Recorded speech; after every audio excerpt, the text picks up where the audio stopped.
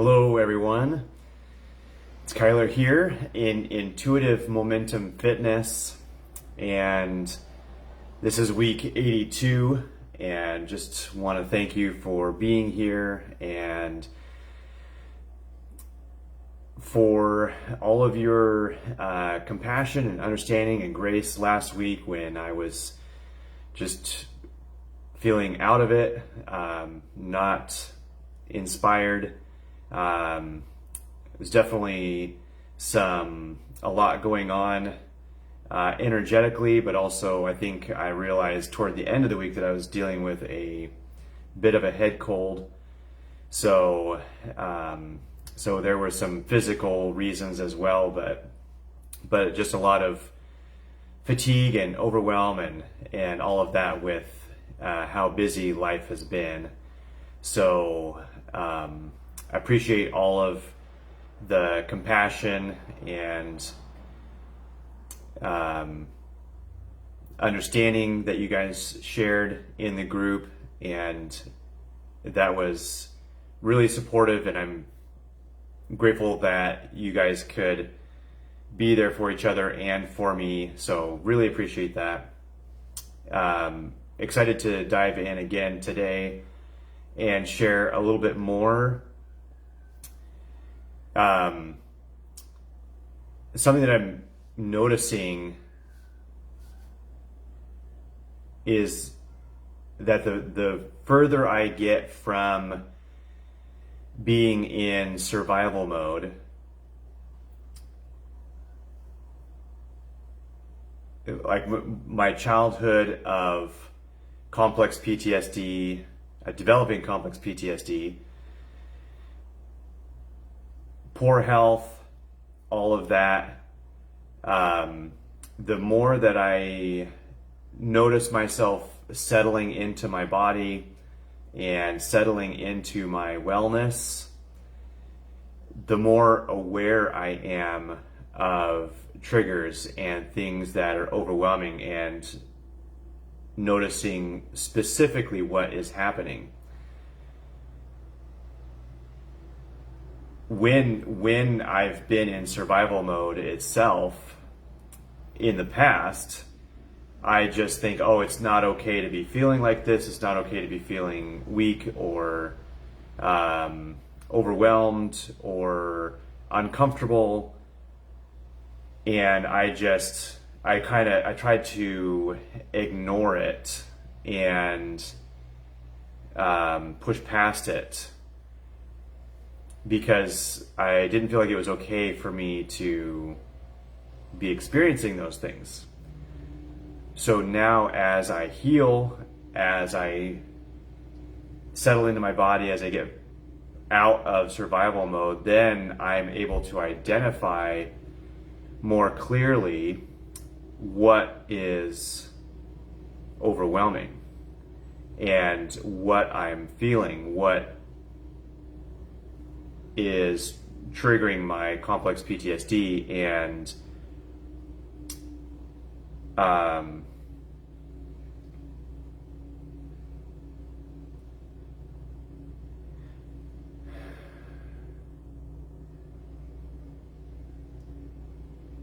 kind of identify what the memories are, the original circumstances are that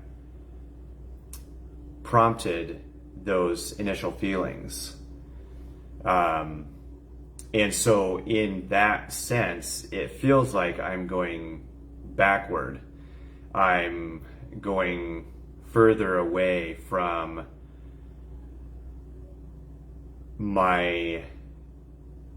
what has felt at times like being okay, being whole, being complete. So I know it's just an illusion, but awareness is sometimes really overwhelming. And I think the more that you heal, the more aware you become. And so that is challenging, tricky to experience.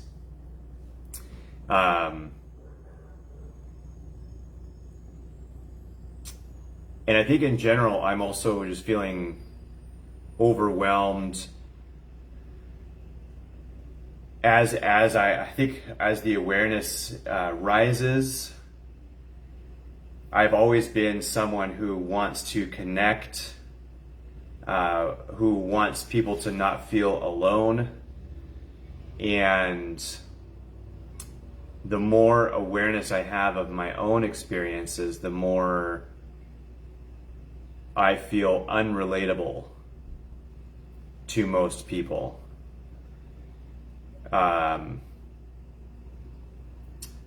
Spending a childhood developing complex PTSD, spending a childhood with extreme poor health.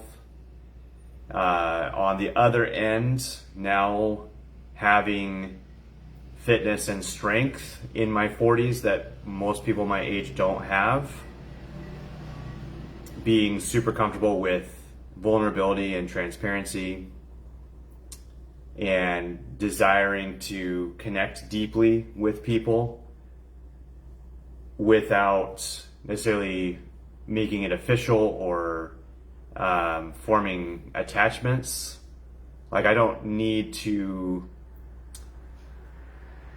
be like form a groupie or always be with a certain group of people in order to feel close to them, because I connect deeply emotionally.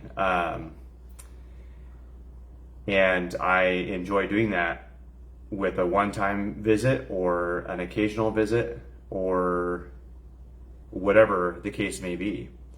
And so, yeah, so it's interesting to be navigating, and perhaps I'm going through the process of leaving one tribe, and I'll find another tribe at some point in my personal life. But yeah, so that's kind of some of the things that I've been feeling, just overwhelmed. There's also some vulnerability hangover, I feel like, residually from writing my book. And having spent my life being hyper in tune with what people expect of me as a survival mechanism, especially with my dad, and now feeling that there's however many different imaginations of me or expectations of me in the minds of various people. So, and I'm just like hypersensitive to that, and learning how to shut that off and not gauge my life anymore based on that. And even that, not everybody understands. So, so the feeling of being unrelatable is an interesting one that feels strong right now. So navigating that, trying to discern what changes I may need to make in my life based on that, if I do. But today I want to talk about when you are feeling overwhelmed,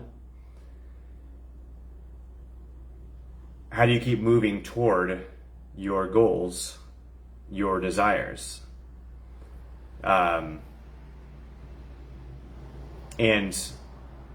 this is where the simple habits have been really, really powerful for me. I posted about the 12 that I've identified. Super simple things. When life is overwhelming and you feel like there's no way you can reach your goals, how do you keep moving forward when you're already overwhelmed? You don't want to overwhelm yourself more. And one of the things that has helped me is making habits out of super simple things that are going to be beneficial. So breathing deeply because oxygen is life.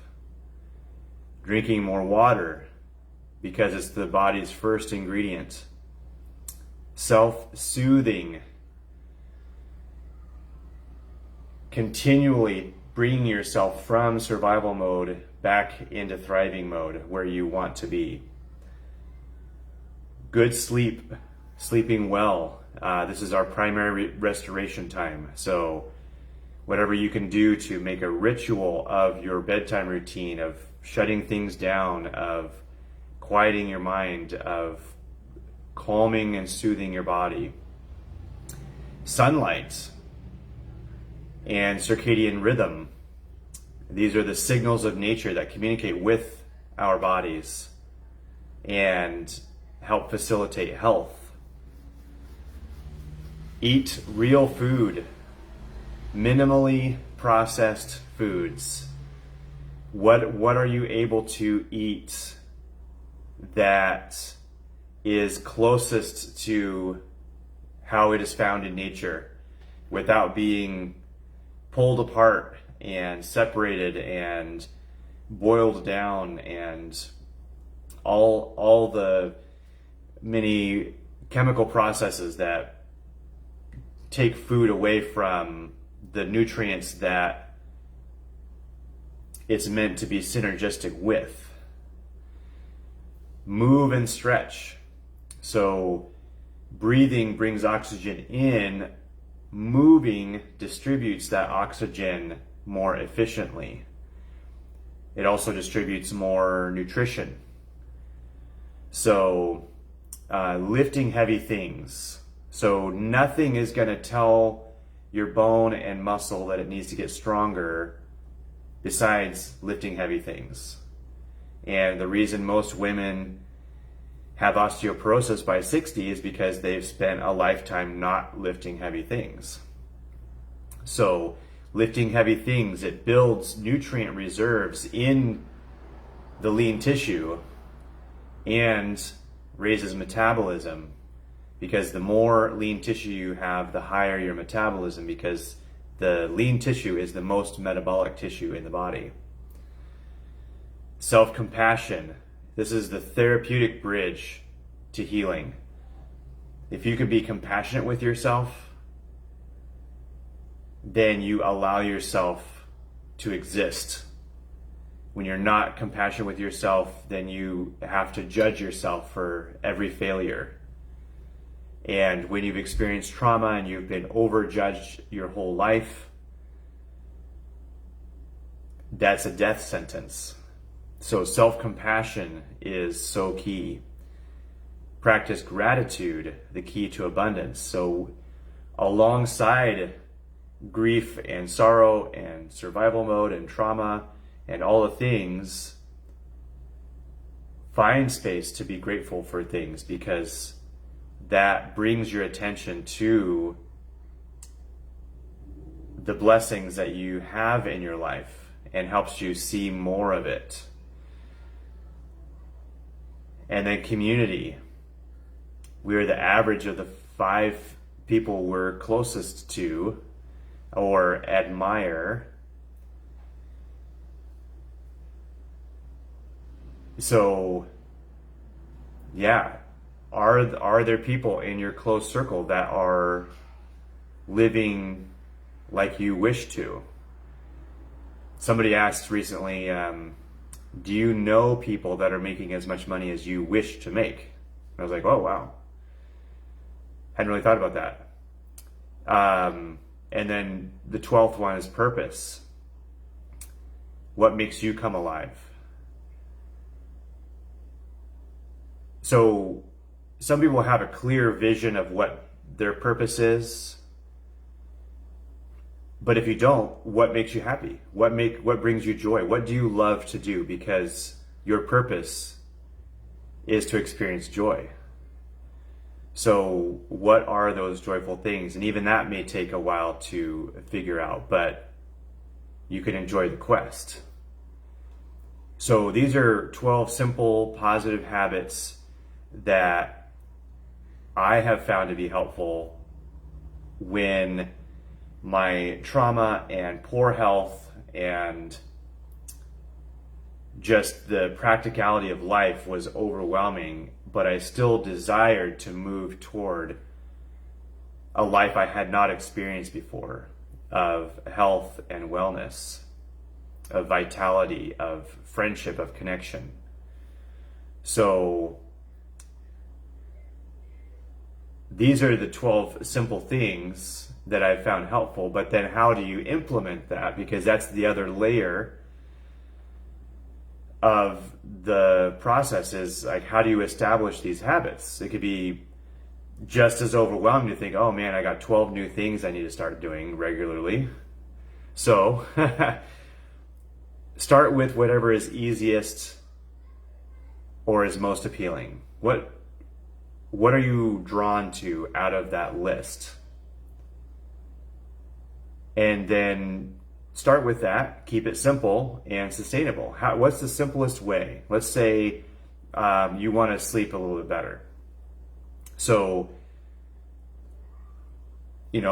put some reminders in your phone, maybe.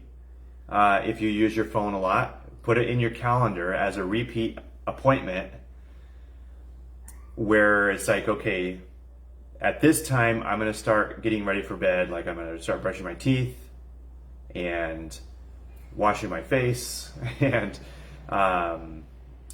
get my glass of water for the side of my bed or whatever your routine is.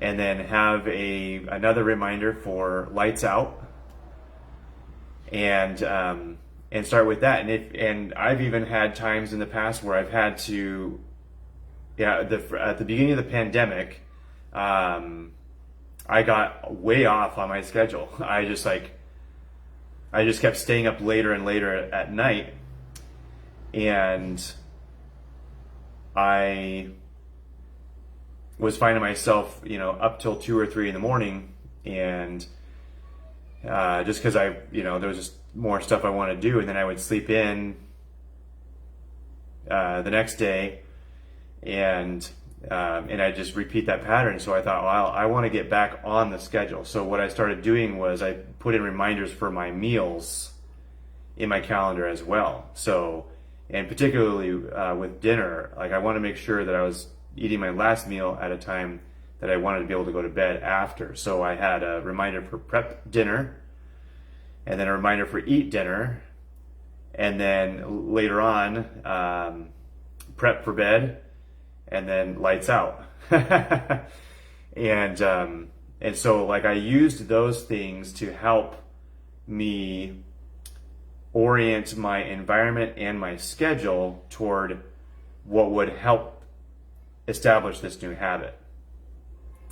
So implementing, again, start with what's the easiest, what feels the easiest, what's most appealing. Keep it simple and sustainable. And then as you sustain that new habit, add another habit as you feel inspired. And just keep doing that. So what's the next thing that feels most appealing? How do you keep that simple and sustainable? And then when that's an established habit, then what else is most appealing? And just keep going until you find that you're living a different life than you were a few months before. That's similar to just planting seeds, Consistently plant seeds. Pretty soon you're going to have growth, and later on, if it's a tree, then you're going to have a forest or an orchard or whatever. And it's just like, it's time. So let time take its course through this. So Susie says, sleep is always a challenge for me, and quieting my anxious mind. Yeah. So recently I've been finding myself doing a lot of self-coaching when I need to actually just quiet down and do some breathing, get back in my body, move around a little bit, maybe shake my body a little bit, maybe dance a little bit. Like I've done a ton of coaching and I know how to coach myself. And I feel like at this point I need to just be quiet and get back in my body and let the soothing of my nervous system do the work rather than my mind trying to do all the work. Manavit says, that's so true. I notice when I get overwhelmed, often I have forgotten how much I have grown into learning to support my body and nourish my health. Yeah, that's cool. It's so good to remember that. And, you know, that's something that I've been thinking about as well, especially the last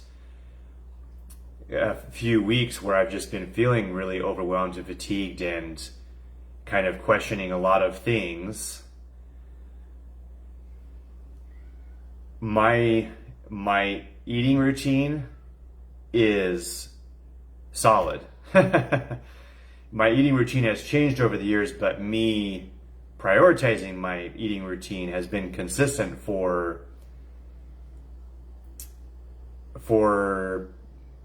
16, 18 years.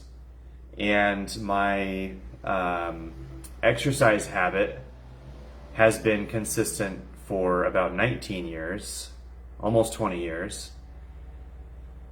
And those things are absolute anchors in my life at this point when everything else is chaos and I feel emotional upheaval and overwhelm.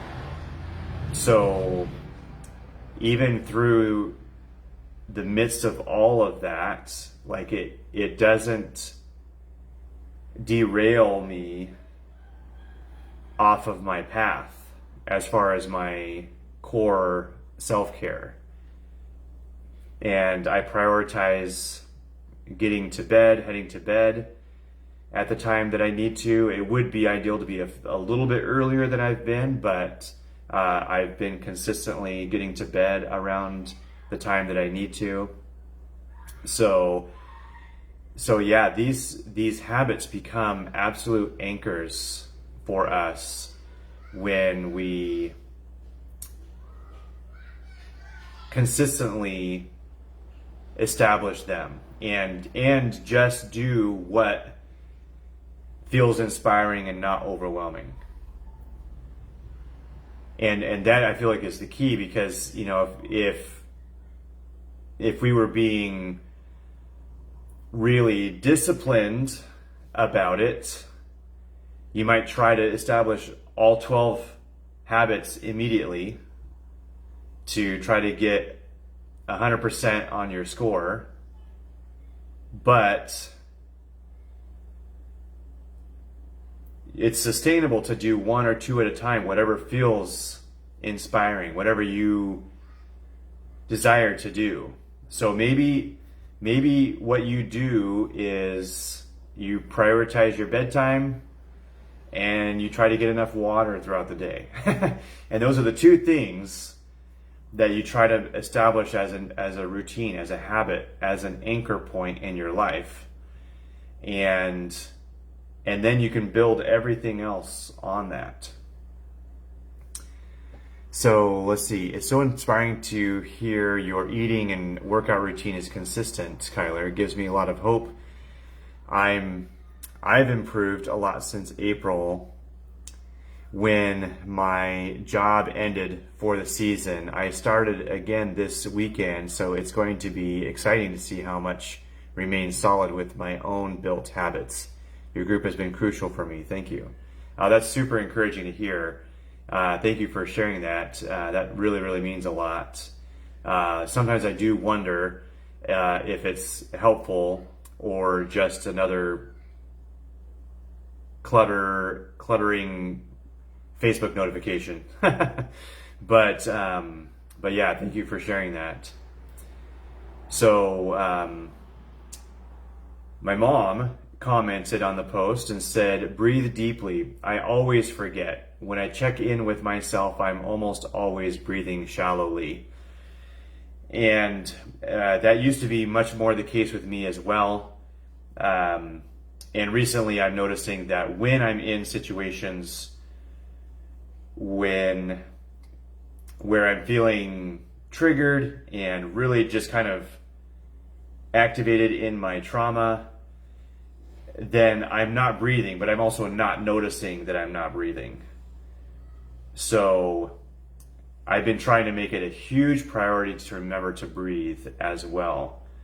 So if you guys have some ideas about how you could remind yourself to breathe, for me, one of the most triggering, it's so funny, but one of the most triggering situations for me right now is playing pickleball. I love the game, but there are a few really intense players that totally remind me of my dad and are super aggressive.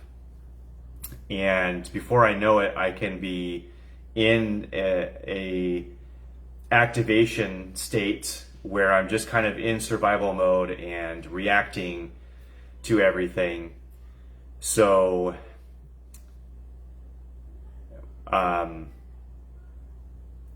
been focusing in that environment on breathing, shaking my body, moving around, doing something that feels maybe a little bit silly, just to kind of get myself out of that freeze state and kind of jar my body back into motion, back into existence, kind of in the present moment. And so I feel like I've been getting better because I've been so focused on that.